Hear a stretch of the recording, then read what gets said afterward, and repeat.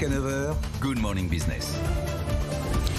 Avec nous, Benoît Serre, vice-président de la NDRH et DRH de L'Oréal France. 3 janvier, la reprise de tous les dangers dans les entreprises. Non, on a argué la paralysie, on a l'impression qu'on l'évite.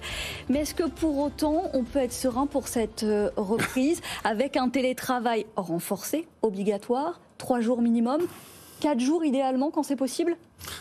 Serein, bonjour déjà, bonne année. Bonne année. Serein, pas vraiment, on sait que c'est une reprise qui va être un peu compliquée, quoi. C'est un mélange de tout, en fait. Vous avez les 2 jours qui passent aux 3 jours, qui passent aux 4 jours. Vous avez les gens qui reviennent de vacances et hop, on se reprend une vague. Les gens en ont marre. Enfin, ça fait 1 an et demi, presque 2 ans que ça dure. Ils sont fatigués. On avait déjà remarqué que à la fin des vacances d'été, ils étaient revenus assez vite, en fait. Les personnes étaient fatiguées. Là, ça va recommencer. Donc, c'est vrai que ça fait un ensemble de conditions.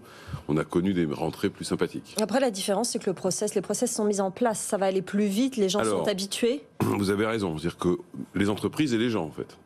Ça fait quand même près de 2 ans qu'on fait un bout de télétravail de temps en temps, puis on n'en fait plus. Puis surtout, beaucoup d'entreprises, dont celle dans laquelle je suis, mais également d'autres, ont organisé le télétravail par des accords, par des chartes, par ce que vous voulez, depuis maintenant 6, 8, 10 mois.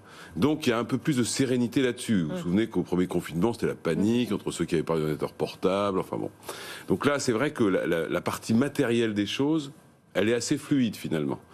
En revanche, comme on avait repris à plus ou moins une vie normale depuis juillet ou septembre dernier, c'est vrai que ça vient reperturber un système de fonctionnement qui était plutôt fluide et plutôt calme, en fait. On stoppe la vie de l'entreprise.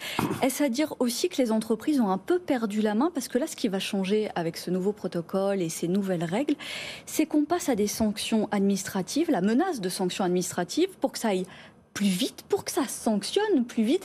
Est-ce que là aussi, on a cette épée de Damoclès ? Très honnêtement, à la NDRH, on a été un petit peu étonnés de voir réapparaître le télétravail obligatoire.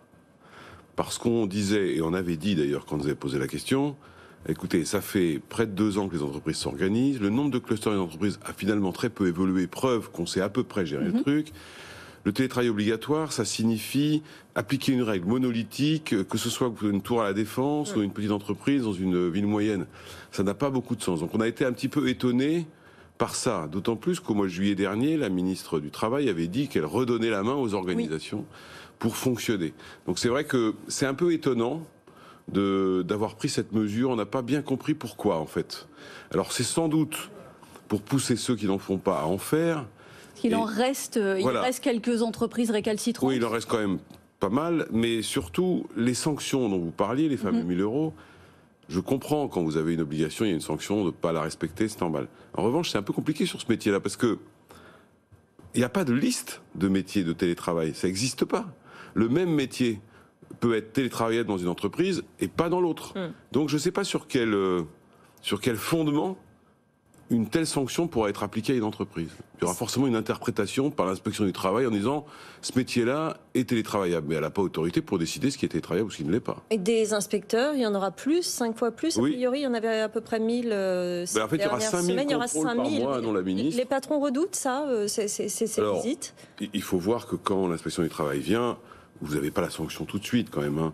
Vous avez, ils regardent, vous avez une mise en demeure, une deuxième, et puis éventuellement vous sanctionnez. D'ailleurs, il y a déjà eu des sanctions par le passé, c'était au moment du premier confinement, il y en a eu très très peu finalement. Il y a une façon de discuter justement sur les postes où il y a débat sur le télétravail. Bien sûr, mais c'est bien sûr, c'est pour ça que c'est pas ça qui inquiète plus que ça. Je pense que cette mesure, elle a une valeur symbolique pour forcer ceux qui ne veulent pas du télétravail à en faire, parce qu'il faut reconnaître que certains dirigeants d'entreprise sont très défavorables au télétravail. Ce qui est un peu curieux parce que c'est vraiment une attente forte des gens, 2 jours, 3 jours à la limite, mais pas tellement plus. Mais c'est quoi leur argument ? Ils pensent que... vous avez des gens qui malheureusement n'ont toujours pas compris que quand on télétravaille, on travaille. Vraiment. Et d'ailleurs, ça se voit. La productivité individuelle, elle est aussi bonne, si ce n'est meilleure. La productivité collective, elle est souvent un peu moins bonne quand même. C'est vrai qu'on travaille moins ensemble. Puis, vous savez, on a un modèle de management en France qui est hyper présentéiste, et donc ça peut perturber des dirigeants de dire j'ai pas mes proutes autour de moi, donc c'est pas moi qui décide. Voilà, je pense que ça va évoluer avec le temps, parce que moi, comme DRH, je vois des candidats, c'est quasiment la deuxième question qu'ils posent. Première, ils parlent du poste, et la deuxième, est-ce qu'il y a du télétravail ? Donc la pression va être forte, indépendamment des crises. On a mis en avant l'idée de simplification. Est-ce que ça va simplifier la vie de l'entreprise aussi, les changements des règles d'isolement ? Sur les cas contacts, oui. Sur les cas contacts, beaucoup, puisque maintenant il n'y en a quasiment plus, dès lors que vous projetez des tests et que vous êtes vacciné. Ça va changer la vie parce que il faut bien comprendre, quand dans une petite entreprise, par exemple, une personne attrape le Covid, dans son service, tout le monde est cas contact. Et l'entreprise, elle s'arrête, quoi. Ou le service s'arrête. Donc là, c'était pas possible. Qu'un contact, ça a duré jusqu'à 10 jours. Ouais. De gens qui n'étaient pas malades. Alors, quand le métier était télétravaillable, c'était pas très grave, mais quand il n'était pas, il n'y avait pas d'activité possible. Mais surtout, ça renforçait encore le caractère d'imprévisibilité de l'absence. Si on a 200 000 contaminations jour, en moyenne, une personne a 10 contacts par jour. On va dire que ça fait 2 millions de personnes qui auraient été isolées. Donc c'est sûr que là, ça aurait perturbé beaucoup les organisations. Donc ça, c'est plutôt, dès lors que sur un plan sanitaire, ça a l'air d'être sécurisé, hein, c'est plutôt une bonne décision pour les cas contacts. Quel secteur ça va sauver? Quels étaient ces secteurs qui étaient les plus menacés par un potentiel absentéisme de masse? Moi, ça va beaucoup sauver, d'une part, les petites entreprises de production, parce que là, le métier n'est pas télétravaillable, mais également toutes les entreprises qui ont beaucoup de commerciaux, de gens qui se déplacent, parce qu'évidemment, ils multiplient les contacts, en l'occurrence, et donc les risques de cas contact. Donc c'est plutôt ces entreprises-là. Parce que dans une grande entreprise, vous arrivez à peu près à réguler avec le monde des gens que vous avez. Alors, pas toujours, même chez nous, dans une centrale de distribution, si vous aviez 15 absents sur le matinée de travail, ça pouvait poser une difficulté. Donc, mais c'est plutôt les petites boîtes qui se retrouvent en meilleure posture grâce à cette évolution des règles sur les cas contacts en particulier.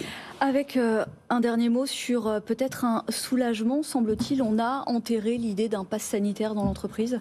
Écoutez, le gouvernement ne l'a pas mis dans le projet de loi. Et on était beaucoup intervenus pour dire que c'était pas une bonne idée. Olivier Véran, ce week-end, a dit que ça ne reviendrait pas. Donc, parce qu'on était un tout petit peu inquiet, vous savez, de l'amendement parlementaire bien organisé qui voit réapparaître ce truc. Apparemment, Olivier Véran a fermé la porte ce week-end. Donc, j'espère qu'elle ne se rouvrira pas. Merci Benoît Serre, vice-président de la NDRH et DRH de L'Oréal France. Merci d'avoir été avec nous ce matin.